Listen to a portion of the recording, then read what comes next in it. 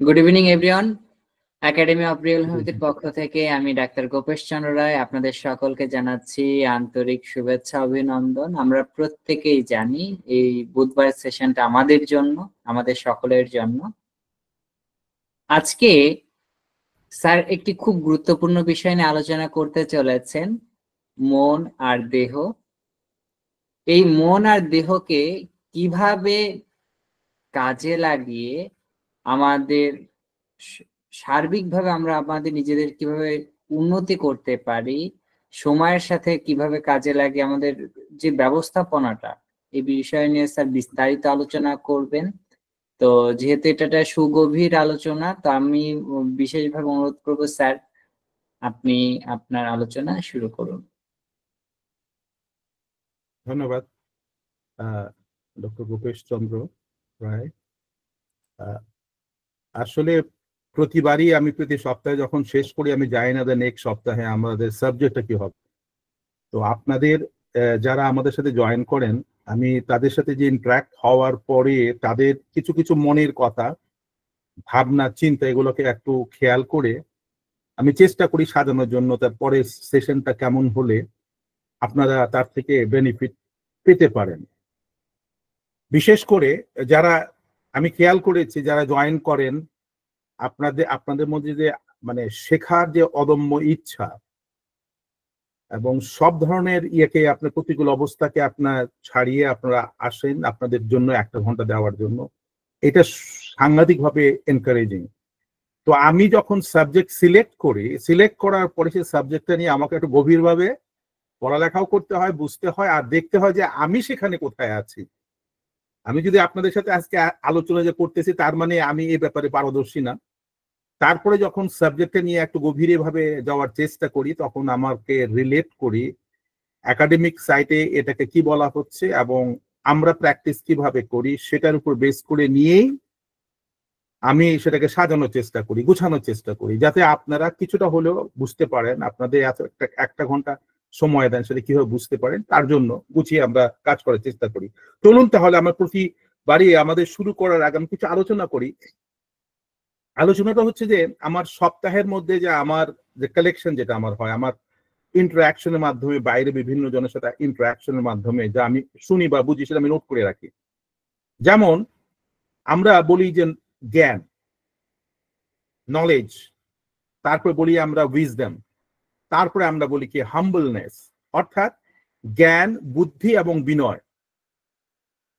তো আমার মধ্যে যে বিনয় শব্দটা শুনলে আমরা আগে মনে করতাম বিনয় একটা ভালো ছেলে, সে কোনো কিছু বুঝে না, ভালো। বিনয় যে কত বড় একটা শব্দ, বিনয় যে কত বড় একটা শব্দ, কোন জায়গায় পৌঁছলে একটা মানুষের মধ্যে বিনয়ী স্বভাবের সৃষ্টি হয়, সেটা আমার একজন সিনিয়র ভাইয়ের সাথে কথা বলার সময় আমার কমপ্লিট ধারণাটাই উল্টায় ফেলছে। আমি যেভাবে সিকোয়েন্স ওয়াইজ ভাবতেছিলাম সে আমাকে বলে দিল যে না, বিনয়টা তখনই প্রকাশ পাবে যখন আপনার বুদ্ধির স্ফুরণ ঘটবে। বুদ্ধি মানে উইজডম, যেটাকে আমরা আরেক ভাষায় বলি হিকমা। জ্ঞান তো আপনি জ্ঞান অর্জন করতেছেন, এই যে আপনারা এখানে আমরা আসতেছেন, এখান থেকে জ্ঞান অর্জন আমরা করতেই পারি, বই পড়ে জ্ঞান করতেছেন, দেখতেছেন, পারিপার্শ্বিক অবস্থার মধ্যে জ্ঞান অর্জন করছেন।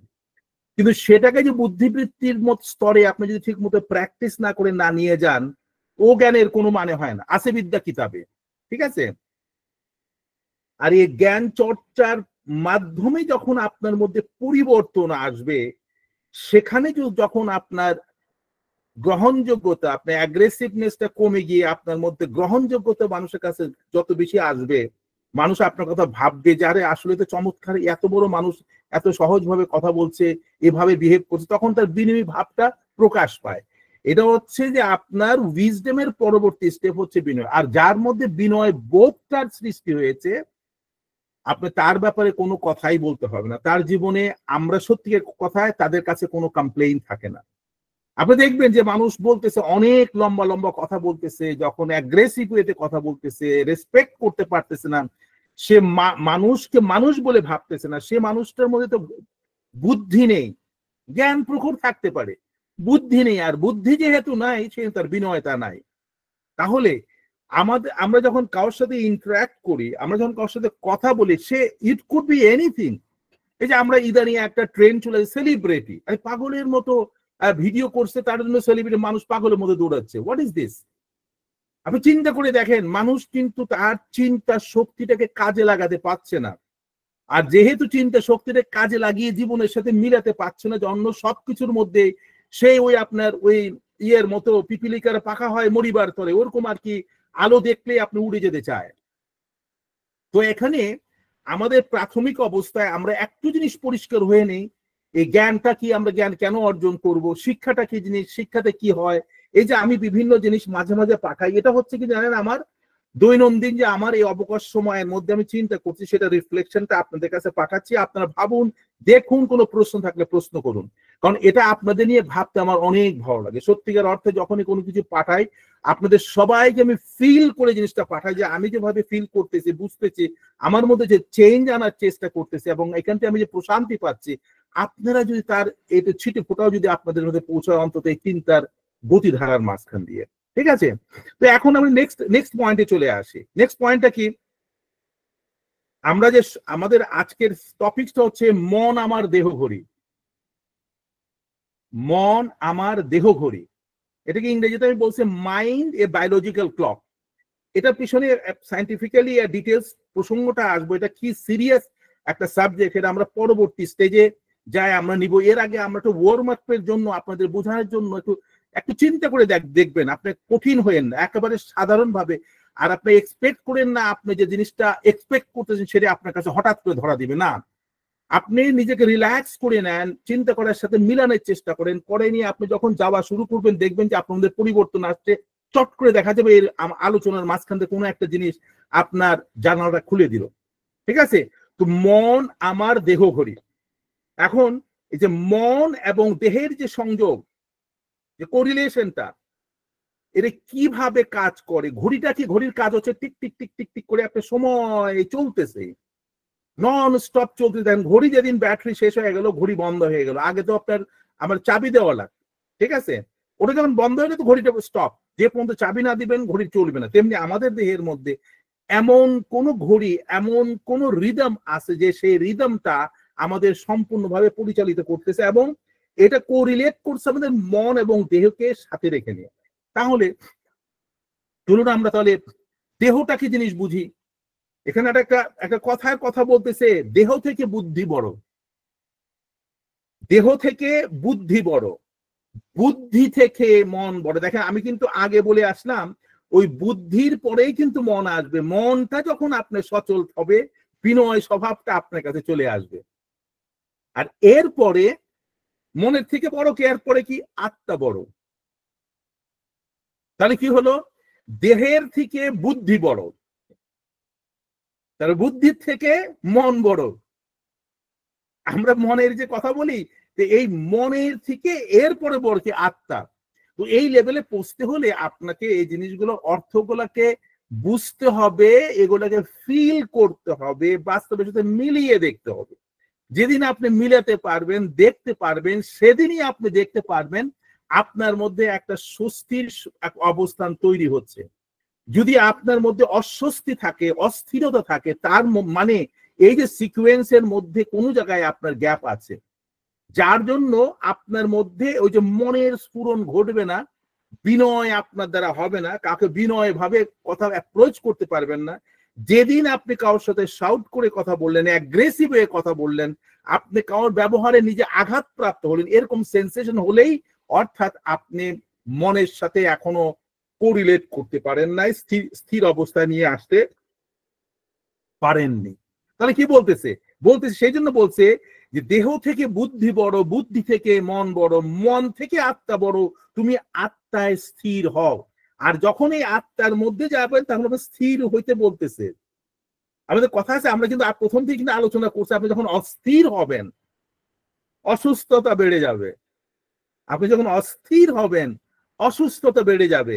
অর্থাৎ আপনার ভিতরের যে প্রত্যেকটা যে সেল আছে, আমি কথা কিন্তু বারবার বলছি যে আপনার ভিতরে যে 84 ট্রিলিয়ন সেল আছে, এই 84 ট্রিলিয়ন যখন স্থির অবস্থানে থাকবে, ভালো অবস্থানে থাকবে, সে তখন মহাবিশ্বের সাথে তার যোগাযোগটা একবারে ন্যাচারাল হবে। মহাবিশ্ব যেভাবে শান্ত প্রশান্ত ভাবে তার শক্তি নিয়ে অবস্থান করতেছে, আপনি যত স্থির হবেন আপনার মধ্যে সেই প্রশান্ত ভাব থেকে আপনার মধ্যে শক্তির সৃষ্টি হবে। আপনি শক্তি, ইলেকট্রিক্যাল পাওয়ার আর মানুষের মাসেল শক্তি, টাকা শক্তি, ক্ষমতা শক্তি দিয়ে আপনার মধ্যে নিয়ে এই শক্তি আনতে পারেন না। বিষয়টা কিন্তু আরো গভীর। আমরা সেই জন্য বলছি এখন এই ধরনের আলোচনা কিন্তু মানুষ শুনতে চাইবে না। আমার বিশ্বাস যারা আমাদের সাথে জয়েন করেছেন, যারা শুনতেছেন, এদের মধ্যে সবার মধ্যে কিছু না কিছু এই বোধটা আছে। তাই বলতেছে তুমি আত্মায় স্থির হও, তবেই লক্ষ্য অর্জন করা সম্ভব। তার মানেটা কি? আপনি কোনো লক্ষ্যে পৌঁছতে চাচ্ছেন, you want to achieve somewhere, আপনি কিছু চাচ্ছেন, সেই জায়গায় আপনাকে কি করতে হবে? আপনার এই সিকোয়েন্সটাকে আপনাকে ফলো করতে হবে। আর এটা ফলো না করে যত সার্টিফিকেটই কালেকশন করেন, যত টাকাই আপনার সংযোগ আপনার কাছে চলে আসুক পাওয়ার, বুদ্ধি, কৌশল দিয়ে, অথবা বাবার সম্পত্তি, অমুকের সম্পত্তি নিয়ে, you will never be happy. কারণ আমি আমার জানা মতে, আমার নিজস্ব অভিজ্ঞতায় আমি জানি প্রচুর সম্পদের অধিকারী হয়েছে আমার সাথে লাস্ট টাইম দেখা করে বলতেছে যে রাত্রে আমার 3টার সময় উঠে পড়ে আমার ঘুম হয় না। আমি তাকে বলেছিলাম তুমি হাতটা খুলে দাও, তুমি যেভাবে মানুষের কাছ থেকে তুমি টানো ছেড়ে দাও, তুমি শান্তি হবা। আমার দিকে হা করে তাকাইছিল। আমি আজকে 3 বছর আগের কথা, দেশে আমি গেছিলাম তখন, আই ডোন্ট নো ডিসক্লোজ, আমি তাকে বলেছি যে এখন যেদিন তুমি হাতটা খুলে দিতে পারবা তোমার মধ্যে স্থিরতা আসবে, স্থিরতা আসলেই তুমি ভালো থাকবা। তো কি হবে তাহলে? আপনার যদি এই সিকোয়েন্সটাকে, বেসিক লাইনটাকে যদি আপনি বুঝে নিতে পারেন, তাহলেই আপনি আপনার মধ্যে খুঁজে পাবেন আপনার শান্তি প্রশান্তি আসবে। আমি একটা কথা এর আগেও বলেছি, আপনারা শুনেছেন যে we create problem to solve problem. আমি এই কথাটা বলেছিলাম, এই কথাটা এখন তো 20 বছর আগে আমি একটা সেমিনারে বলেছিলাম, হঠাৎ তো মাথায় আসছিল। অর্থাৎ আমাকে প্রফেসর জিজ্ঞেস করে আপনি কেন এই কথাটা বললেন বায়োটেকে, তখন আমি তাকে বললাম যে আমরা তো পৃথিবীতে যখন আসছি আমরা স্থির ছিলাম, ভালো ছিলাম, সুস্থ ছিলাম, একদম চমৎকার একটা শিশু ছিলাম।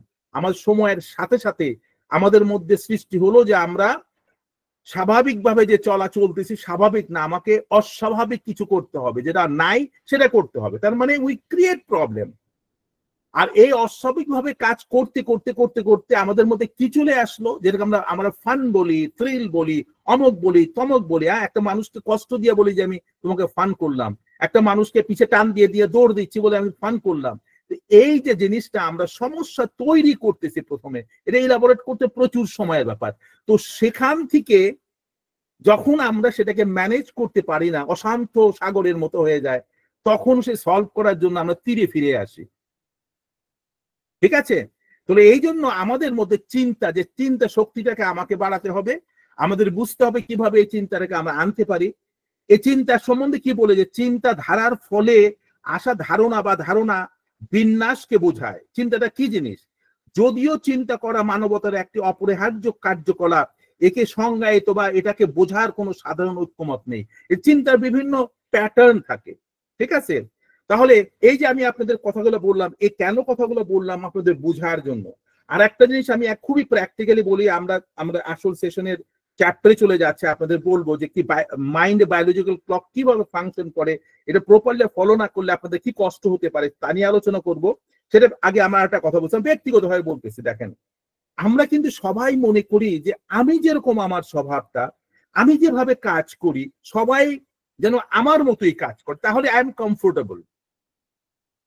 অর্থাৎ আমার কাজের ধারা, আমি একটা কমিটমেন্ট আছে, আমি কাউকে সে কমিটমেন্টটা দিলাম, সেও যদি ওরকম করে আই ফিল কমফোর্টেবল, সে আমার বন্ধু হয়। কিন্তু সমাজে চলতে চাইলে, কর্মস্থলে যদি আপনি আসেন, এক একজনের এক একটা ক্যারেক্টার পাবেন, যার মধ্যে আমি 3টা ক্যারেক্টার আমার এখানে আবুধাবিতে বসে নিয়ে আমি বলতেছি, একজনের ক্যারেক্টার বলতেছি। এখন তার সাথে আমি ইন্টারাকশন রেগুলার হয়, শেষ টাইম সম্বন্ধে তার ধারণা এত প্রখর, এবং যেটা বলবে সেই টাইমে একেবারে 100% সেকেন্ড এবং মিনিটে সে উপস্থিত হবে। যেমন আজকে আমার একটা কেস ছিল, একটা এক্সিবিশনে যে অবশ্য বলেছে এই সময় আমি আসতেছি, মেসেজ দিয়েছে, আমি এক্স্যাক্টলি সময় ঘড়ি কাটা ক্লিক করলো, দেখে বাইরের থেকে মেসেজ দিচ্ছে যে আই এম আউট। এবং সে এত কমিটেড কি বলার মতো। আমি একদিনও তার সাথে, আজকে 3 বছর যাবত তার সাথে আমার ইন্টারাকশন হচ্ছে, একদিনও তার সময়ের এপিট ওপিট হয়নি। তাহলে দেখেন, তার যে পার্টিকুলারিটি যেটা আছে তার মাধ্যমে আমি নিজেকে রিঅ্যাডজাস্ট করে I have been comfortable managing team. এরপর আরেকজন আমি স্থানীয় লোকের কথাই বলছি, ভেরি টপ লেভেলের ব্যাপার, এবং তারাও আমার সাথে কমিট করে এবং প্রমিস করে ঠিকই, কিন্তু দেখা যায় যে যখন আসবে তার আগে একটা মেসেজ দিল যে sorry I will not be able to reach there, আমার একটা আনফোরসিন একটা আমার প্রোগ্রাম চলে আসছে। আমি তো কোনো সময় তার সাথে আপসেট হইনি, আমি I readjust, that's no problem, you tell me কখন তুমি আসবা বলে আমি রিঅ্যাডজাস্ট করি, but the person is very good. On the other hand এই মানুষটার উইজডমটা আরো ব্যাপক এবং শেখার আগ্রহ আছে, আমি তার কাছে শিখতেও পারি। এটা গেল। আর একটা ক্যারেক্টার আছে, অত্যন্ত talented person, but the person is that is very difficult to reach হিম।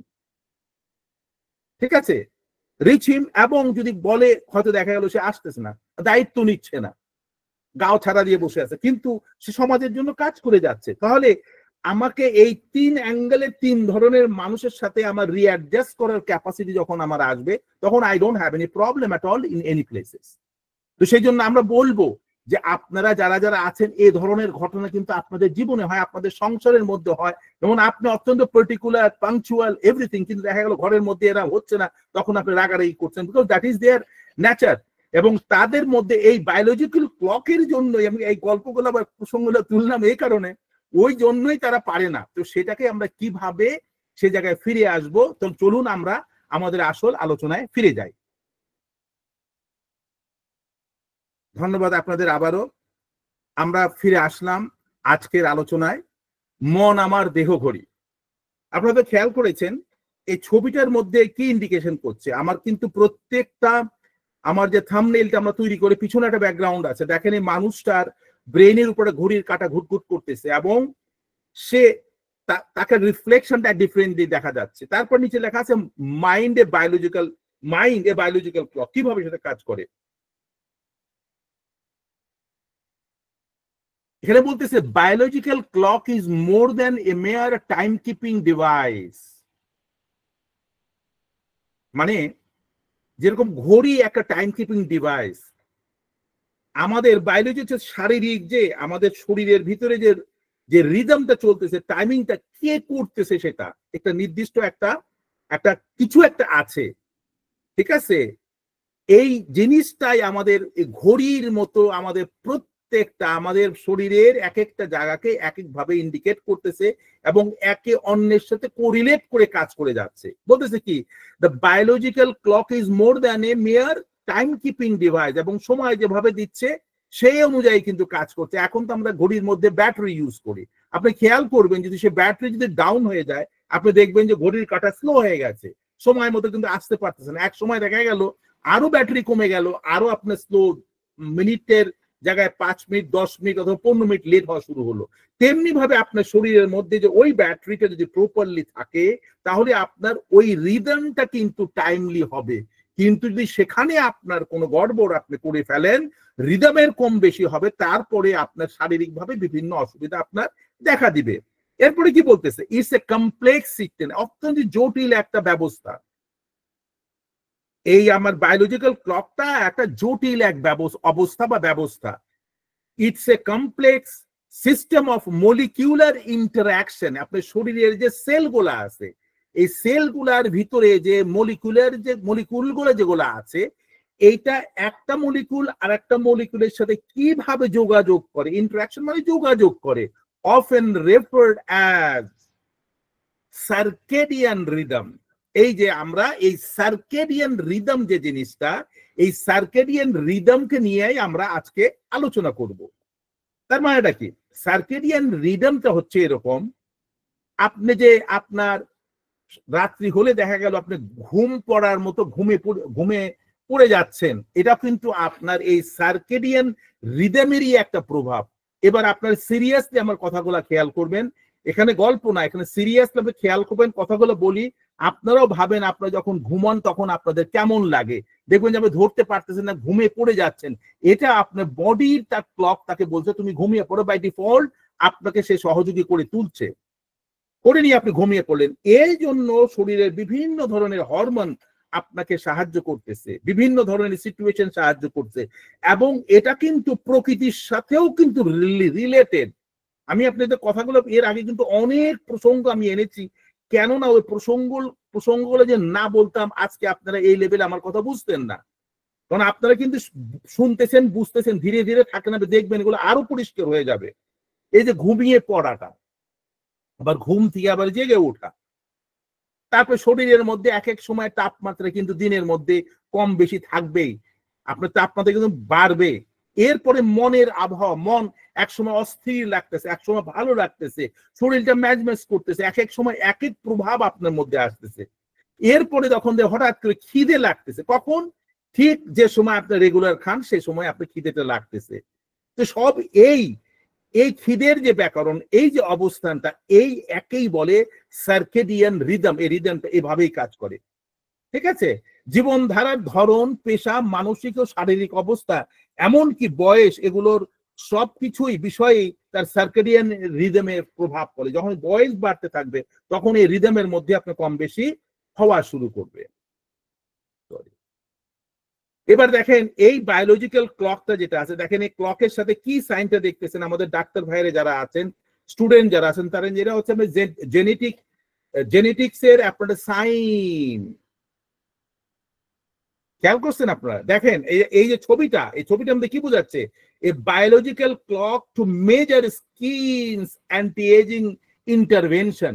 অর্থাৎ আপনার শরীরের যে আপনার স্কিনের চামড়ার উপরের যে অবস্থানটা, এই বয়সের সাথে সাথে চামড়ার মধ্যেও কিন্তু কম বেশি আপনার এই প্রভাবটা পড়ে যায়। বয়স যখন বাড়া শুরু করবে, চামড়ার মধ্যে আপনার ভাঁজ পড়ে যাচ্ছে, এবং সে ভাঁজটা পড়বে যদি আপনি বায়োলজিক্যাল ক্লক যেটা, অর্থাৎ সার্কেডিয়ান যে রিদম যেটা আছে, সেটাকে যদি উপেক্ষা করে যে ওভার রুল করেন, তখন আপনার চামড়ার ভাঁজটা খুব দ্রুত পড়ে যাবে, স্কিনের শাইনিং নষ্ট হয়ে যাবে। কেন হবে? বিকজ এটা বায়োলজিক্যাল ক্লকের যে সিস্টেমকে আপনারা ফলো করেন না। আমরা আগামীতে যাচ্ছি, আপনারা দেখতে পাবেন আর ডিটেলস এর ব্যাপার। এখানে দেখেন বলতেছে যে epigenetic clocks are a ground breaking tools in genetology and measuring a biological aging through DNA methylation pattern at the specific GPC size, which can differ significantly from the chronological age. এটা আপনার যে এটা কিন্তু completely genetically যে আপনার যে DNA এর মধ্যে যে প্রোগ্রামিং করা আছে, সেট করা আছে, সেই সেট অনুযায়ী কিন্তু আপনার বয়সের ছাপ আপনার মধ্যে পড়ার কথা, পড়বে। কিন্তু আপনি যদি সে নিয়ম মতো যদি না চলে, সে জেনেটিক ইয়ের মাঝখানকে আপনি উপেক্ষা করে যদি ওভার রুলিং করেন, কিছু অনিয়ম করেন, আপনার এই ছাপটা কিন্তু বেশি পড়া শুরু হবে, আপনি বয়সের ভারে নুয়ে পড়বেন, আপনার ডিএনএর এই ফর্মটা চেঞ্জ হয়ে জেনেটিক ফর্মটাই চেঞ্জ হয়ে যাবে। তো এই যে বিষয়গুলো, এগুলো ডিটেলস আছে, এগুলো তো আপনি করতে পারবো না। লেটস গো, আমরা সেটাকে আমরা পরবর্তী পর্যায়ে আমি বিভিন্ন ডেফিনেশনের মাধ্যমে বোঝানোর চেষ্টা করছি। দেখেন এই যে সার্কেডিয়ান রিদমটা কিভাবে হয়, দেখেন আপনি যখন রাত্রি, যখন আপনি এই ধরেন আপনি 11টার দিকেই আপনার শরীরে মেলাটোনিন, এটা যে হরমোন যেটা আছে আপনার শরীরে প্রবেশ করা শুরু করবে, মানে পড়া শুরু করবে, তার মানে এটা রাত্রে যত শুরু হবে, গভীর হবে, ওই সময় যত বেশি পড়বে আপনি তখন তত আপনি ইজিলি ঘুমাতে পারছেন। আর যে এটা সকালের দিকে আপনি আসবে, 7টা 8টার দিকে যখন বাজবে, এই মেলাটোনিন আপনার রিলিজ ওটা বন্ধ হয়ে যাবে। তখন আপনি জেগে উঠলেন সকালে, শরীরটা আপনার ফ্রেশ হয়ে গেল, সূর্যের আলো বিভিন্ন জিনিসে আপনার মধ্যে একটা ডিফারেন্ট পরিবর্তন আসলো। তাহলে দেখেন আমাদের যে কথাটা হচ্ছে কি, বুঝতে হবে যে এটা এই ক্লকটা কিভাবে কাজ করে, এটা অলরেডি ফরমেটেড। আর আমরা যদি প্রাকৃতিক ভাবে জীবন ব্যবস্থার মধ্যে যদি আমরা এটাকে ঠিক মতো মানিয়ে নিতে পারি, অথবা আমরা যদি চলি, তাহলে আমাদের কিন্তু এই জিনিসটা হওয়ার কথা না, আমাদের অসুবিধা হওয়ার কথা না। যেভাবে আমি এখন আজকে ভাবছিলাম, যখন আমি প্রোগ্রামটা সেট করতেছিলাম, তখন আমি ভেবেছি, করতেছি তো, আমি বেশ কয়েকবার দেখছি, পড়ছি এবং বোঝার চেষ্টা করছি। আমি তখন ভাবতাম, আমরা যখন ছোট ছিলাম, আমার বাবাকে দেখতাম কোনো সময় অনিয়ম করতো না খাওয়া দাওয়াতে। তাকে সকাল 8টার সময় তার ব্রেকফাস্ট, মানে তাকে কি দিতে হবে এবং সেটা তার নির্দিষ্ট করা আছে, তাকে আমি যে কোনো জিনিস দিলেন এটা খাবে না, একবারে very simple thing, quantity same, time same হইতে হবে। তাকে সকালে ব্রেকফাস্ট 8টার সময়, 1টার সময় তার লাঞ্চ হতে হবে, আর আপনার 7টার মধ্যে তার ডিনার হতে হবে। খুব বেশি কিছু লাগবে না, খুবই অল্প জিনিস, এবং সে সেটা মেনটেন করতো, ঠিক আছে।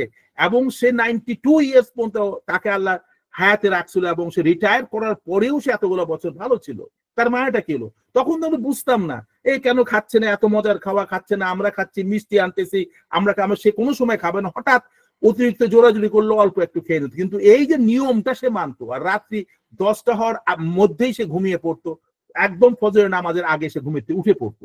তো এই যে নিয়মটা সে মেনেছিল জন্য, সবকিছুর মধ্যে তার যে সহনশীলতা ছিল জন্য, সে তাকে without any sickness at the age of 90 to 93 say survive করে, রেঞ্জ রিলেটেড সে করে মারা গেছে। ঠিক আছে, তাহলে এটা আমাদের শেখার বিষয় হলো, এই যে আমি যেটা দেখতেছিলাম বলতেছিলাম।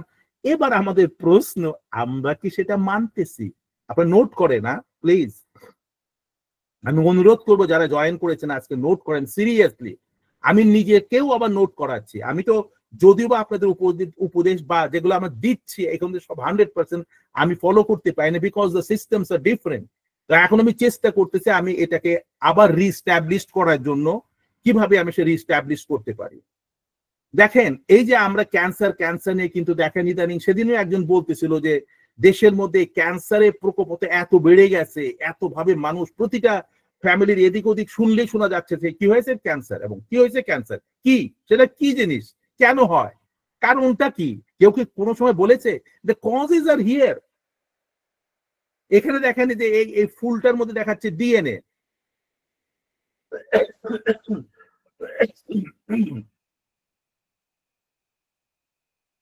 এখানে দেখেন, এখানে ডিএনএ দেখাচ্ছে, আরএনএ দেখাচ্ছে, ক্যান্সারাস সেল, এগুলো সবই কিন্তু একসাথে আছে। Metabolics and exosomes and small organic molecules and proteins, এই যে জিনিসগুলো সবকিছুর মিলে সবকিছু কিন্তু সব রয়েছে। কিন্তু এর অনিয়মটা যখন আপনার হবে, এই যে বায়োলজিক্যাল ক্লকের কথা আমরা যেটা বললাম, সার্কেডিয়ান যে রিদম যেটা আছে তার মধ্যে যখন আপনার অসামঞ্জস্যতা সৃষ্টি হবে, তখনই আমাদের মধ্যে এই ধরনের অসুখ, এই ধরনের সমস্যা আমরা সবসময় পাবো। যে বলছে যে use a clock in conjunction with the gold standard biomarker two validate overall health. আপনার শরীরকে যদি আপনি ভালো রাখতে চান, এটার জন্য যে আমি আমার বাবার গল্পের কথা বললাম, যে সে কোনো সময় তাকে এই আপনার নিয়মের বাইরে নেওয়া যেত না। যদি কোনো জায়গায় সে দাওয়াত খেতেও যেত, চেষ্টা করতে সে টাইমলি খাবে, otherwise he don't it at all. ফুডের মধ্যে তার সিলেকশন ছিল। এই যে জিনিসগুলা, কিন্তু এখন তো আমাদের মধ্যে মিডিয়ার সোর্স, আপনি দেখানোর সোর্স, ফেসবুক বলেন, এটা বলেন, আমরা ইচ্ছা করলেও না ইচ্ছা করলে আমরা কিন্তু তার মধ্যে ধাবিত হচ্ছি। যেহেতু আমরা ব্রেকিং করতেছি, যে এই আপনার সার্কেডিয়ান রিদমকে ব্রেকিং করতেছি, এই জন্য আমাদের সমস্যা ডে বাই ডে আপনি চলে আসতেছে। এরপরে দেখেন যে স্লাইডটা দেখতেছেন, এখানে দেখেন দিনের সকালে সূর্য যখন ওঠে, তখন দেখেন 6টার সময় সূর্য যখন ওঠে, তখন আকাশের অবস্থা দেখাচ্ছে 2700 K। এই যে তার যে ওয়েদারের যে ফ্লোটা ছিল 2700 K, যখনই আপনার সকাল 9টা বাজলো, এটা বেড়ে গেল 4600 চলে আসলো। দুপুরে দেখেন এখানে সূর্য উঠতেছে, তার প্রখরতা 6500-তে চলে গেল। তারপরে দেখেন সূর্য যখন ধীরে ধীরে দেখেন সাদা ডট গুলো দেখছেন ধীরে ধীরে চলে যাচ্ছে, তার প্রখরতা ধীরে ধীরে কমতেছে। আবার দেখা গেল সন্ধ্যা 6টার সময়, সেই ভোর 6টার সময় যে আপনার 2007 ছিল, সেই আপনার রক্তিমাভা, সে আলো, তার প্রখরতা কমে গেল। তো তেমনি ভাবে এর সাথে রিলেট করেই কিন্তু আমাদের শরীরের প্রত্যেকটা অর্গান এভাবে আপনার চেঞ্জেস আসতেছে। এবার দেখেন আমাদের যে এই ক্লকটাকে যদি আমাদের যদি এটাকে প্রপারলি ফলো না করি, তাহলে আমাদের অনেকে আছে না, ফেসের মধ্যে রিঙ্কেল পড়ে, ফেসের মধ্যে দাগ পড়ে যাচ্ছে। আমরা এর জন্য ইদানিং দেখি মানে বিভিন্ন ফেস মাস্ক লাগাচ্ছে, ক্রিম লাগাচ্ছে, কত ধরনের জিনিস করতেছে আপনার ফেসের মধ্যে, তাকে সৌন্দর্য বাড়ানোর জন্য প্লাস্টিক সার্জারি করছে। এতে কোনো কাজ হবে না। যত দামি ক্রিম লাগান, যত ধরনের ফেস মাস্ক লাগান, যত ধরনের আপনার যে অ্যাডভাইজিং সিচুয়েশন দেন, কিচ্ছু হবে না যে পর্যন্ত আপনারা এই যে সার্কেডিয়ান রিদমটাকে না বুঝে চলাফেরা, ঘুম, খাওয়া দাওয়াকে ম্যানেজ না করেন।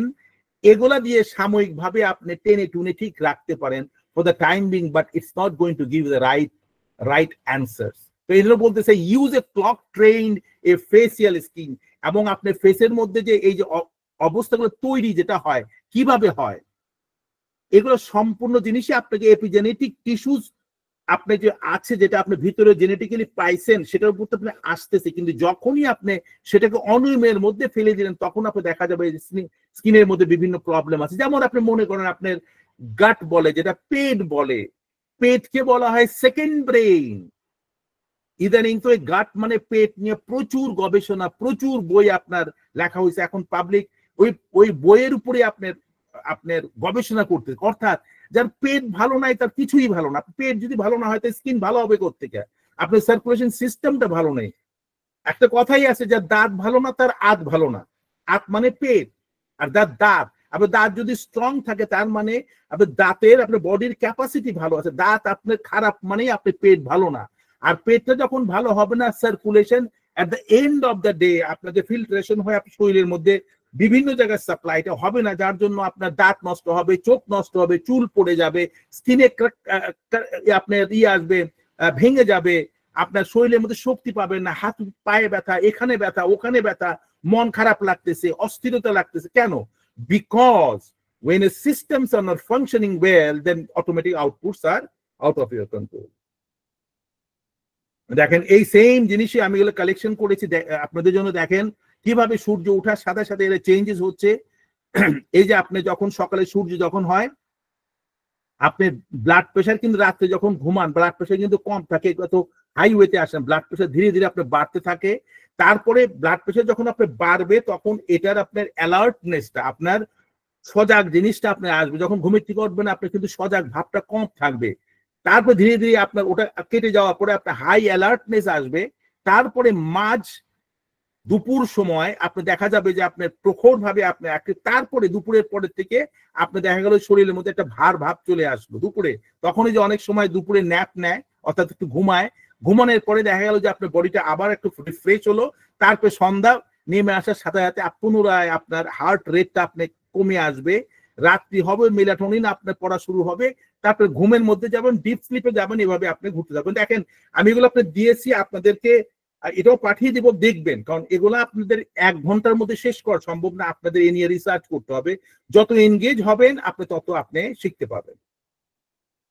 Use the same clock through the trails. এই যে আপনার এই ছবিটা আমি দিয়েছি, ভালো করে খেয়াল করেন। ছবির যে বিভিন্ন অংশগুলো আছে এগুলো এক একটা পয়েন্টকে দেখেই বুঝে যায় আপনার শরীরের ভিতরের কি কোন অংশ কি অবস্থায় আছে। ফেস ইন্ডিকেটস দ্য মাইন্ড, এটা বলে না একটা কথা, ফেস ইন্ডিকেটস দ্য মাইন্ড, যেরকম মনের কথা চেহারা বলে দেয়, ঠিক আছে। শু ইন্ডিকেটস দ্য টেস্ট, জুতো বলে দিবে যে আপনার রুচি বোধটা কি। এগুলো কথাগুলোর পিছনে কারণ আছে। আর তেমনি দোজ হু আর এক্সপার্ট, তারা কিন্তু ফেস দেখেই বলতে পারে মানুষটার কি মানসিক অবস্থা কেমন, শারীরিক অবস্থা কেমন বলা যায়। বিভিন্ন সেকশন গুলো ভাগ করে আপনি এটা বলা যায়, এবং এটার উপরে প্রচুর রিসার্চ হচ্ছে। তো এই জন্য আপনাকে কি করতে হবে, এই ক্লকিং সিস্টেমটা আপনাকে বুঝতে হবে ভালো করে। যখন বুঝতে পারবেন then you'll be it is better condition. এরপরে যে ছবিটা আপনারা দেখতেছেন এটাকে কি আছে, স্লিপ প্যাটার্নটা কিরকম। আপনি দিনের বেলায় সরি রাত্রে যখন আপনি ঘুমাবেন, সে ঘুমের সময় আপনি কি অবস্থায়, আপনি এই যে দেখেন আপনি ওয়েভ গুলা দেখতেছেন, এক সময় আপনি ডিপ স্লিপে যাচ্ছেন, আকাশের দিকে উড়ে যাচ্ছেন, তারা দেখা যাচ্ছে, আবার স্লোলি আপনি নিচে নেমে আসেন, আবার উঠে যাচ্ছে, খুব ডিপ স্লিপের মধ্যে আস্তে আস্তে আস্তে এইভাবেই আপনার ঘুমের প্যাটার্ন আসবে। মাঝে মাঝে ঘুম ভেঙে যাচ্ছে, এই যে প্যাটার্নটা যখন হার্টবিট যেভাবে চলে আপনার ঘুমের প্যাটার্নটা কিন্তু এইভাবেই চলে। এবং এখানে পিছনে আকাশ দেওয়ার মানেটা হচ্ছে কি জানেন, এগুলোর পিছনে ছবিগুলো দেওয়ার পিছনে কারণ আছে। আমরা তো পৃথিবীরই একটা অংশ, আমরা পার্ট অফ দ্য ইউনিভার্স। তো ইউনিভার্স অর্থাৎ মহাবিশ্বের প্রত্যেকটা জিনিস যেভাবে কাজ করতেছে একে অন্যের সাথে রিলেটেড, আমরাও কিন্তু তাদের সাথে রিলেটেড। তাদের উঠনামা যেভাবে হয় একইভাবে আমাদের মধ্যে হয়। আমরা যে মানুষ হিসাবে মাঝে মাঝে যখন এটাকে ওভার রুল করি তখন আমাদের সমস্যা তৈরি হয়। আরেকটা জিনিস দেখেন, beware of small effect sizes.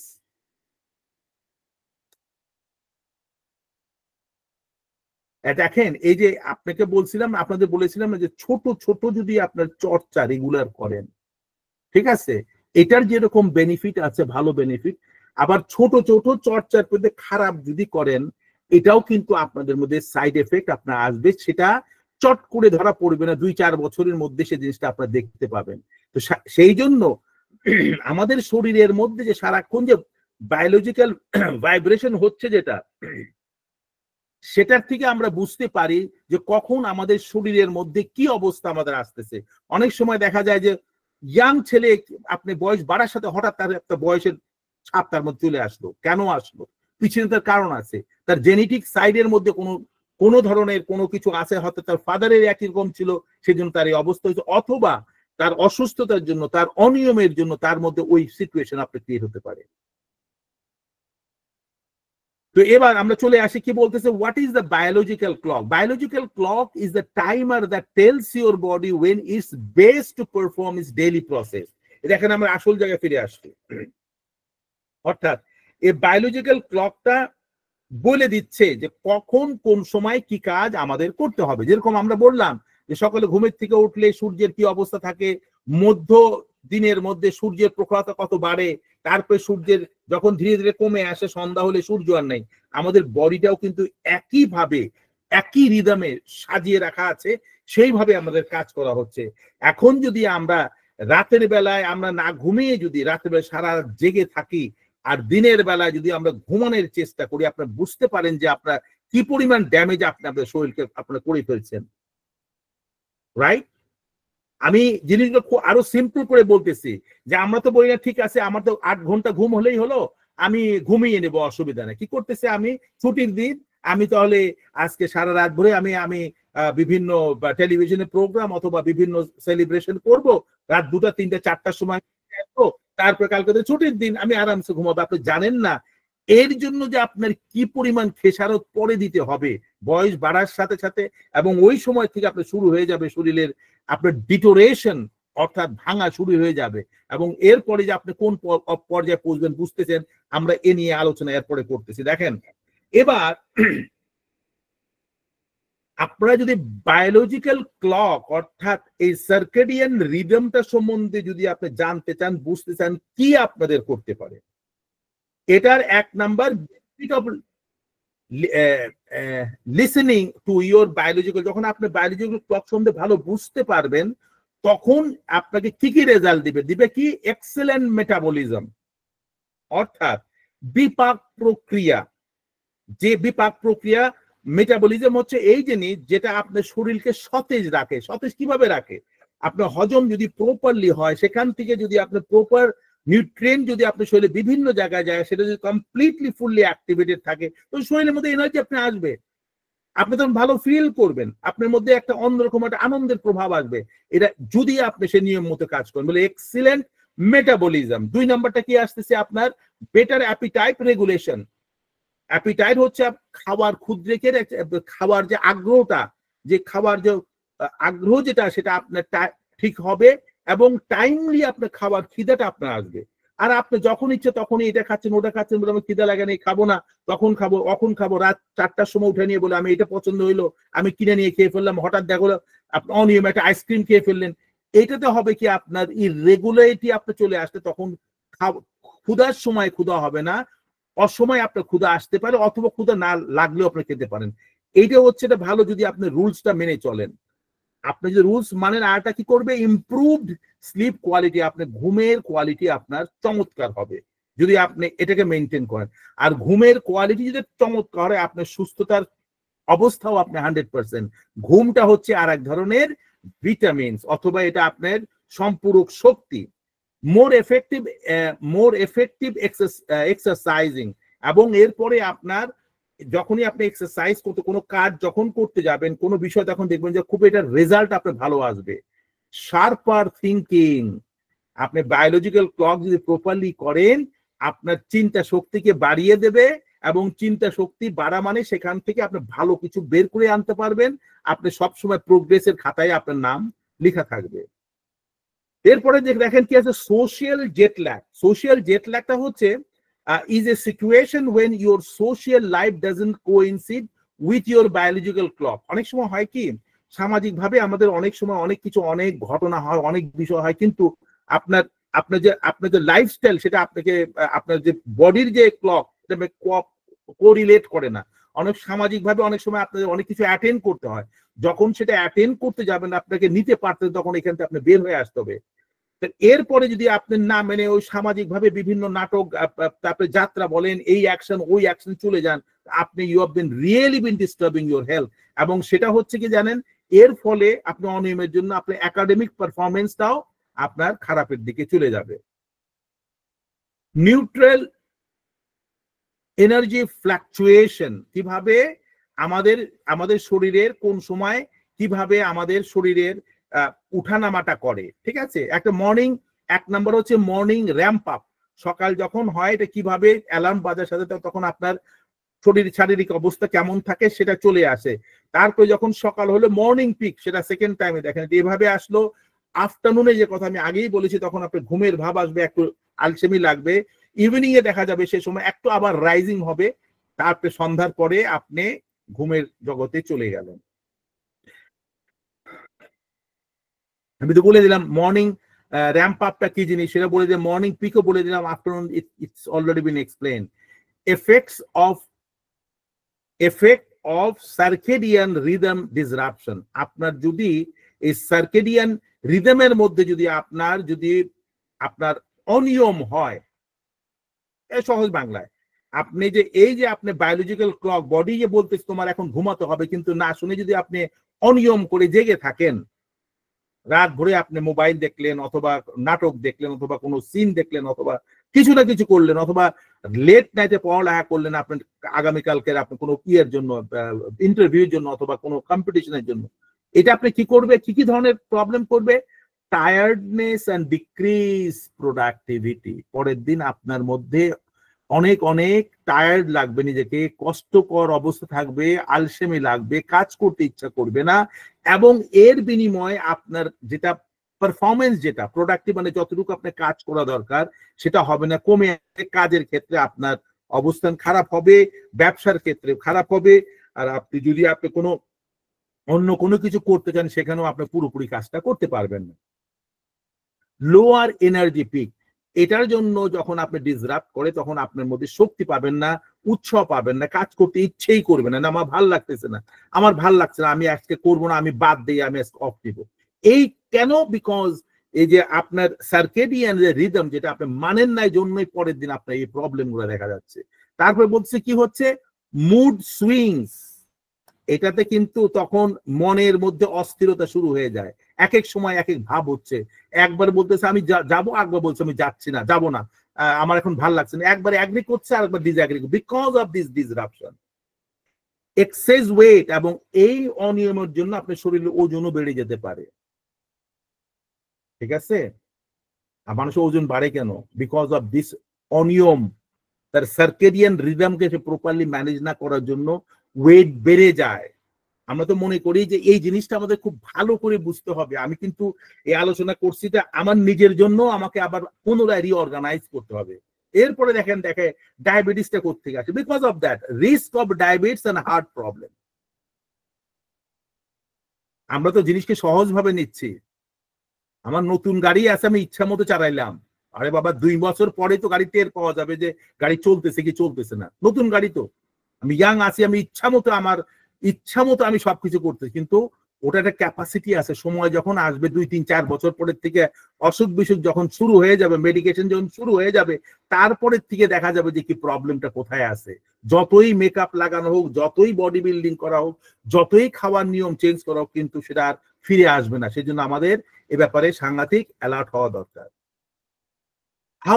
How circadian rhythm relates to your biological clock, এটাও একই কথা। এই যে আপনার কিভাবে করে আমি তো অলরেডি ডিসক্লোজ করলাম, এই দেখেন এখানে হাইপোথ্যালামাসের মধ্যে এটা কিভাবে করে, আপনি দেখেন শরীরের বিভিন্ন অর্গান গুলা কোন কোন আপনার গ্ল্যান্ড কিভাবে ফাংশন করে, এগুলো সবকিছু এর মধ্যে দেওয়া আছে, আপনারা দেখে নিয়েন, আপনারা বুঝবেন জিনিসটা, ইজিলি আপনি পারবেন।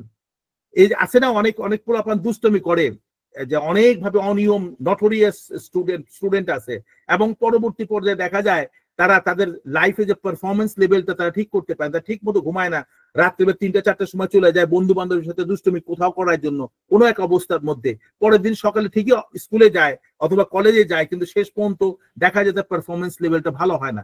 সেজন্য আমাদের এই রেটটা সম্বন্ধে, এই ক্লকটা সম্বন্ধে আমাদের ধারণা আরো বেশি ভালো হওয়া উচিত।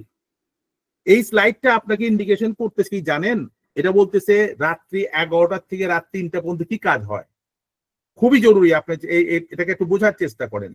অর্থাৎ আমাদের শরীরের মধ্যে যে রাত্রে 11টা থেকে 3টা পর্যন্ত শরীরে যে রক্ত যেটা আছে, ব্লাড সার্কুলেশন কনসেন্ট্রেট টু আপনার লিভার যেটা আছে, লিভারের মধ্যে এই 11টা থেকে 3টা পর্যন্ত সম্পূর্ণ রক্ত ওখানে চলে যায়। এখানে যায় কি করতেছে, your liver gets larger when filled with more blood. This is an important time when your body undergoes detoxification process. অর্থাৎ ওই সময় আমার যে হজমের জন্য এই লিভার আপনাকে সাহায্য করে।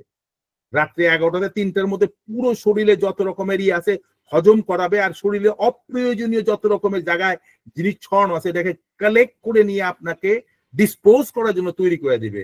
Your liver neutralize and breaks down body toxin accumulated throughout the day. আপনার শরীরে সারা দিনে যত বডি টক্সিন আপনার জমা হয়েছিল, এই লিভারের কাজ হচ্ছে সেগুলোকে কালেকশন করে নিয়ে সম্পূর্ণ জায়গাটা ক্লিন আপ করে নিয়ে তার পরবর্তী পর্যায়ে 3টার পরে স্টপ হয়ে যায়, এবং 4টা-5টার মধ্যে আপনি যখন সকালে উঠবেন সকালতে ফ্ল্যাশ আউট হবে। আপনি যদি রাত্রেবেলা 11টার সময় যদি আগে যদি না ঘুমান, তাহলে আপনার লিভারটা কিন্তু সেই ফাংশন থেকে আপনার করতে পারবে না। আর যদি করতে পারবে না, তখন আপনার যেখানকার ব্যথা সেখানেই রয়ে যাবে, যেখানকার টক্সিন সেখানেই রয়ে যাবে। পরের দিন সকালে গেলেন, আপনার বাথরুমে গেলেন, আপনার মোশন ক্লিয়ার হলো না, শরীরের মধ্যে ম্যাজ ব্যথা করতেছে, হাত পায়ে ব্যথা করতেছে, মাথা ভন করতেছে। ডে বাই ডে যখন এগুলো চলতে থাকবে তখন এটা ক্রনিক স্টেজে চলে যাবে। The best time for activities, কোন সময় আপনার অ্যাক্টিভিটিস গুলো আপনার করা দরকার। বেস্ট টাইম ফর স্লিপিং, এবং যে আমরা অলরেডি আলাপ করছি যেটা আপনাদের মেইন প্রোডাক্টিভ টাইম হচ্ছে সকাল 7টা থেকে 10টা পর্যন্ত। আপনার সবচেয়ে ভালো টাইম, আপনি যদি চিন্তা করেন গ্রামের মধ্যে কিন্তু যারা চাষিরা চলে যায় যে সকালবেলায় ভোর 5টা বা 6টার সময় গেল, কিন্তু তাদের কাজ শুরু হয় 7টা থেকে, এবং 7টা থেকে 10টা 3 ঘন্টার মধ্যে তার কাজ হয়ে যায়। তারপরে যখন গরম বাড়া শুরু করে তারা চলে আসে। আর এরপরে রাত্রে 7টা থেকে 10টায় কিন্তু এই প্রোডাক্টিভিটি আপনার থাকে না। তেমনি ভাবে আপনি জানতে হবে যে কিভাবে বেস্ট টাইম ফর স্লিপ। আমি বললাম তো আপনি 10টার মধ্যে যদি ঘুমিয়ে যান, এবং এটা যখন ঘুমান তখন অন্ধকার হলে তখন মেলাটোনিন পড়া শুরু করে, ঘুমটা সলিড হয়। আপনি 4টা-5টার মধ্যে যখন ঘুমিয়ে উঠে যান, আপনার শরীরটা আবার পুনরায় রিভিল্ড হয়ে আসে, এবং এই ঘুমটা আমাদের জন্য অত্যন্ত জরুরি। খাওয়ার সম্বন্ধে বলা হচ্ছে কিভাবে আপনি খাবেন এবং সে খাওয়াটার নিয়মটা কি হতে হবে। দেখেন এখানে বেস্ট টাইম ফর ইটিং, সকালবেলায় 7টা থেকে 7 PM optimum time to eat breakfast. অর্থাৎ আপনার আপনি সকালবেলা বলে না যে সকালবেলা খাবার রাজার মতো, দুপুরে খাবার প্রজার মতো, রাত্রে খাবার ভিখারির মতো। তার মায়াটা কি, ওই সময় আপনি যখন খাবেন তখন ওই খাওয়াটা হজম হওয়া ইজি হয়, এবং এই জিনিসটা আপনাকে সাহায্য করে আপনার এনার্জি লেভেলকে দেওয়ার জন্য। তারপরে আপনার দুপুরে খাওয়াটা আপনি খেলেন, আর বেস্ট টাইম ইটিং টাইম হচ্ছে 6টার পরে আর কি। আপনি চেষ্টা করবেন যে এর মধ্যে আপনার খাওয়াটা খেয়ে নেন। কিন্তু দেখেন রাত্রে 8টার পরের থেকে যে জোনটা খুবই ডেঞ্জারাস, এবং এই যে খাওয়া খাবেন আপনি গ্যাস ফর্ম হবে, এটা হজম হবে না, লিভার প্রপারলি ফাংশন করবে না, সেটার জন্য আপনি পরবর্তী পর্যায়ে প্রবলেম আপনার দেখা দিবে। Best time for doing the workout, আপনি এক্সারসাইজ কখন করবেন। এক্সারসাইজের টাইমও আপনি উল্লেখ করা আছে। Exercise is great for your circadian rhythm because it regulates them and helps your sleep better. আপনি যখন প্রপারলি আপনি এক্সারসাইজ করবেন, বেসিক্যালি এক্সারসাইজ হচ্ছে তাদেরই মেইনলি করা লাগে যারা মনে করেন অফিসে চাকরি করে, যারা বসে কাজ করে, অথবা ফিজিক্যাল কাজ তাদের নাই, তাদের জন্য এক্সারসাইজ দরকার। কিন্তু যারা মাঠে কাজ করে অথবা যারা ফিজিক্যাল এক্সারসাইজ মানে জিনিস টানাটানি করে, এটা তো এক্সারসাইজ প্রয়োজন নেই, তাদের কাজটা হয়ে যাচ্ছে। এই জন্য যদি বলতে যদি আপনি এক্সারসাইজ করতে চান সকালে, prefer exercise in the morning. এটা হচ্ছে আপনি সকালে রশি লাফায় যেটা, সেটা দিয়ে আপনি করতে পারেন। এটা আপনি স্কেজুল অনুযায়ী সেট করতে পারেন। তারপরে দুপুর বেলা যদি আফটারনুনে করতে চান, ওই যে আপনার যেটাকে বলে আপনার যে আপনার ট্রেডমিলের উপরে আপনার এটা করতে পারেন, অথবা বাইরে আপনি হাঁটতে পারেন। আবার ইভিনিং টাইমের মধ্যে ওই যে বডি বিল্ডিং এ যেটা করে সেভাবে আপনার এটা আপনার এক্সারসাইজ ফর্মটা সেট করতে পারেন। এই স্লাইডটাতে কি বলতেছে? এই স্লাইডে বলতেছে the body temperature, cortisol hormones, blood pressure. এটা দিনের বেলায় এটা উপর দিকে ওঠে, আর রাত্রি বেলায় দেখেন রাইট সাইড দেখাচ্ছে এটা ব্লাড প্রেশারটা নিচের দিকে যায়। দিনের বেলায় কিন্তু আপনার ব্লাড প্রেশার হাই যাবে, কর্টিজল হরমোনসটা বাড়বে, কিন্তু রাত্রি বেলাটা নেমে আসবে। আবার এখানে দেখা যাচ্ছে মেলাটোনিন, এখানে এইসব ছোট ছোট যে স্লাইড গুলো আছে এখানে কি বলতেছে? Melatonin growth hormones, testosterone and prolactin, এটা আপনার দিনের বেলায় নিচের দিকে থাকে, রাত্রি বেলায় এটা উপর দিকে যায় উঠে। Biological clocks and academic performance, এই যে আপনি এটা যে আপনার যারা মানে ছাত্র অথবা শিক্ষক সরি যারা স্টুডেন্টস যারা আছেন তাদের কোন সময় আপনার পড়ালেখার আপনার ভালো হয়, এটার জন্য মেইন যে জিনিসটা হচ্ছে যে বিভিন্ন রকম পরিবেশের সাথে আমরা অনেক সময় বলি যে আর্লি বার্ড যারা, তারা সকালে যারা উঠে পড়ে এদের কিন্তু মনে আপনার এটা চলে আসে। আবার অনেকে রাত্রিবেলায় পড়ে, তখন দেখেন সেটা কিরকম হয়। দেখেন এই যে study, the best time for the study is morning 4 o'clock to 6 o'clock. When there is a certain time of day when it's best for you to study, all you need to do is to pinpoint the period. কটার সময় আপনি করবেন? এই সকাল early morning, সেটা আপনার এটা study time, আপনার এটা অ্যালার্টনেস আছে এবং প্রোডাক্টিভিটি এই সময় আপনার মধ্যে আসে। এটা কিভাবে করে? সূর্য যখন উঠার সময় উঠতে থাকে ওই সময় প্রেশারটা কম থাকে, ওই সময় আপনি যেটা পড়বেন সেটা আপনার মনের মধ্যে আসবে।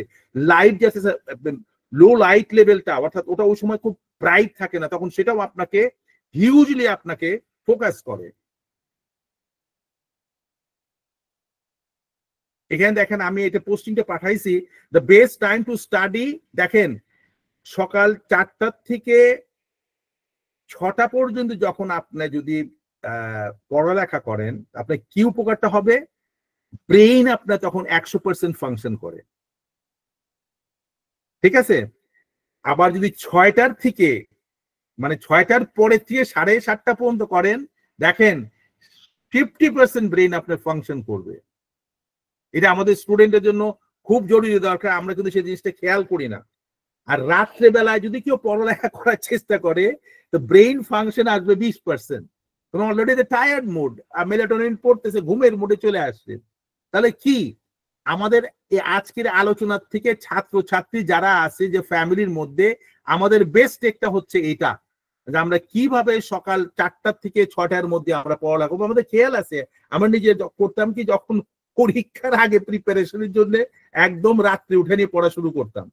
ওই 4টার সময় উঠতাম, উঠে নিয়ে 6টা পর্যন্ত পড়ার পরে দেখা গেল পুরো জিনিসটা মেমোরিতে চলে গেল। পরীক্ষার হলে গেলাম, চায় ধোবাধম পরীক্ষা দিতে পারলাম ভালো মতো। এটা আমরা অনেক আগের কথা বলছি, এগুলো করতাম।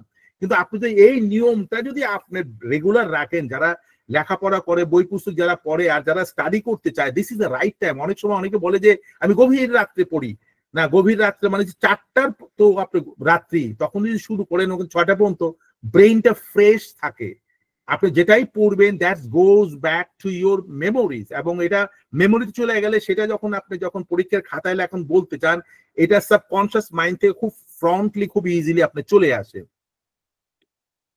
আফটারনুনে কি হয়? Oddly enough science tells us the creative touch should be postponed. দেখছেন কঠিন ব্যাপার। আমরা যখন কোনো কাজ ক্রিয়েটিভ কোনো কাজ আমরা করতে চাই, আমরা ওই দুপুরের পরে অথবা রাত্রিবেলায় করতে গেলে হবে না। দিনের বেলায় সকালের দিকে যদি করেন, সেখানে আপনার ব্রেইন থাকবে 100% অ্যাক্টিভ, সেখান থেকে আপনার ক্রিয়েটিভিটি অনেক ভালো আসে। এই জন্য বলতেছে যে আপনার বডির যে সার্কেডিয়ান যে সার্কেডিয়ান রিদম যেটা আছে সেটা আপনাকে সাহায্য করবে, কারণ বাই ডিফল্ট হেল্প করতেছে। আমরা প্রকৃতির এগেইনস্টে আমাদের যাওয়া যাবে না, এই জিনিসটা আমি বোঝানোর চেষ্টা করছি। আমরা প্রকৃতির এগেইনস্টে যাব না। আপনার যে বডির যে জেনেটিক্যালি সেট করা আছে সেটাকে বুঝতে হবে ভালো করে, বুঝে নিয়ে আপনি কাজ করেন, দেখেন এটা আপনার জন্য সহজ হয়ে যাবে। অনেক সময় আমরা কষ্ট করে করি, রাত্রে বেলায় পড়তেছি, কষ্ট করে জোর করে করছি, তখনও ব্রেন ফাংশন করতেছে না। যেমন এই যে আমরা যে আলোচনাটা করি, আমাদের আসলে আলোচনা 1 ঘন্টার উপরে 40 মিনিটের উপরে হওয়া উচিত না। কিন্তু কি করা যাবে, কিন্তু আমার বিষয়টা আমাদের 40 মিনিটের মধ্যে শেষ করে দেওয়ার কথা, এবং এরপরে we can go to the another session after 1 hour, কিন্তু এটা সম্ভব না। আমরা চেষ্টা করব আগামীতে আমরা আমাদের সেশনগুলো কম করব, যখন আমাদের যারা সেশনে যারা জয়েন করেন এদের মধ্যে একটা পুরোপুরি আসবে, কারণ 40 মিনিটের পরে ব্রেইন নিতে পারে না, আর বিশেষ করে রাত্রে তো আরো অসুবিধা। এসব ধরনের সেশনগুলো সকালে হলে ভালো হয়, কিন্তু প্রত্যেকতে ব্যস্ত, যার জন্য আমাদের রাত্রেই করতে হয়। আর আপনাদের হচ্ছে 9:30 থেকে 10টা 11টা, প্রত্যেকে টায়ার্ড থাকেন, তারপরে যারা জয়েন করতেছেন আমি তাদেরকে অ্যাপ্রিসিয়েট করি। বেস্ট টাইম ফর স্টাডি তো উল্লেখ আমরা করলাম যে কেন ডিটেলস আছে। এরপরে দেখেন ব্রেনের সাথে আপনার ক্লকের ছবিটা ভালো লাগছে, আমি এই জন্য দিচ্ছি, আপনি দেখতে পারেন। আন্ডারস্ট্যান্ডিং ইউর সার্কেডিয়ান রিদম, কিভাবে divide everything you do in the distinct categories. Serious work demanding high level of concentration such as homework, middle mindless work that you do almost on autopilot, think dishwashing for example. এই যে আপনি আছে না যে অনেকগুলা কাজ আপনার আছে নির্দিষ্ট ওয়েতে আপনার কাজ সেট করবেন, সেটা আপনার যেমন আপনার ডিশওয়াশিং করতে হবে, আপনি জানেন কিছু করা হবে, ডিশওয়াশিং আপনি দিয়ে দিলেন, বাই ডিফল্ট কাজ করতেছে। Work that requires focus but is not so mentally straining, for example exercise if necessary you may add on category for this own. কিভাবে আপনি ভাগ করে নেবেন যে কোন কাজগুলা কোন ক্যাটাগরিতে করেন, এখানে ব্রেইনের কোনো ফাংশন নাই, এই কাজগুলো আপনি সেট করতে পারেন। Try doing these activities at various times of the day and see what works the best. Perhaps your concentration is particularly sharp early in the morning. যে কথা আমি বললাম, আমাকে ওই একটা স্লাইডই আপনাকে বলে দিচ্ছে সকালবেলা আপনার যত ধরনের ডিফিকাল্ট কাজ, যেটা আপনার ক্রিয়েটিভ হইতে আপনার কাজ করা দরকার, ঠিক আছে, সেই কাজটা আপনাকে সকালবেলায় করবেন। আপনার decision making fast, brain properly function করে, যে জন্য বললো যে আপনি ক্রিয়েটিভ কাজগুলো সকালে করার চেষ্টা করেন। এবং যে সময় আপনার মনোটোনাস কাজ, যেমন বিকালের বেলায় আপনার এই কাজ করার জানা আছে, বাই ডিফল্ট ব্রেইন কাজ করতেছে, নতুন ভাবে চিন্তা করার প্রয়োজন নাই, তখন ওই কাজগুলা দুপুরের পরে অথবা বিকালের দিকে রাখতে পারেন। সকালের দিকে মেইনলি যেখানে ক্রিয়েটিভ ধরনের কাজ, ডিফিকাল্ট কাজগুলো সকালে স্টার্টিং পয়েন্ট করতে পারেন। Right a daily plan based on your experiment, এ ব্যাপারে আমরা আগে আলোচনা করেছি, কিভাবে আমরা আমাদের যে অ্যাটমিক হ্যাবিটের মধ্যে এসব ব্যাপার না আলোচনা করেছি। এটা প্ল্যানগুলো আপনার যদি থাকে এটা করা আপনার জন্য সুবিধা হবে। দেখেন আমাদের বডি যে মলিকিউলস গুলো কিরকম, সেটা আপনার ম্যাগনেটিক এর মাধ্যমে, ক্যামেরার মাধ্যমে ধরা হয়েছে, এটা এভাবেই দেখা যাচ্ছে। What factors can change your circadian rhythm, কি কি জিনিস আপনার এই সার্কেডিয়ান রিদম নষ্ট করে? এক নাম্বারটা হচ্ছে কি stress on the main culprit of your health problem. এই দেখেন এটা খুবই জরুরি বিষয়, আপনি পয়েন্টটা নোট করেন। আপনি যখন স্ট্রেসফুল সিচুয়েশনে আপনি আসবেন, এই আপনার সিস্টেমটা ব্রেক করবে। ওয়ার্ক আওয়ার্স আফটার ডার্ক, যদি আপনি সন্ধ্যার পরে কোনো কাজ করেন, সার্কেডিয়ান সিস্টেমটা আপনার ড্যামেজ হয়ে যাবে। Irregular work and study hours, আপনি রুটিন ওয়াইজ সকালে কাজ লেখাপড়া না করে রেখে দিলেন লাস্টের দিকে, সেটা আপনাকে ক্ষতি করবে, এই সার্কেডিয়ান রিদমকে নষ্ট করে দিবে, সেটা বিনিময়ে আপনার বিশাল ক্ষতি হয়ে যাবে। তারপরে সার্টেইন মেডিকেশন খুবই গুরুত্বপূর্ণ। কিছু কিছু ওষুধ আছে যেটা আমরা খাই টেম্পোরারি, যেমন প্যানারল বলেন, আপনার বিভিন্ন ধরনের ওষুধ যেটা আছেন, এইগুলাও কিন্তু আপনার ঘুমের ব্যাঘাত সৃষ্টি করে এবং আপনার সার্কেডিয়ান আপনার রিদমকে নষ্ট করে। বেশি মেডিসিন ক্ষতিকর। মেন্টাল হেলথ প্রবলেম, যাদের মানসিক স্বাস্থ্যের মধ্যে অনেক প্রবলেম, অ্যাংজাইটি আছে, তারা ধরে আছে বিভিন্ন ধরনের দুশ্চিন্তাগ্রস্ত হচ্ছে, এটাও কিন্তু আপনাকে ঘুমকে নষ্ট করে। সাধারণত দুশ্চিন্তা হলে তো রাতে ঘুম হয় না। Some health condition including the blindness, no light or dark cues, brain damages and dementia.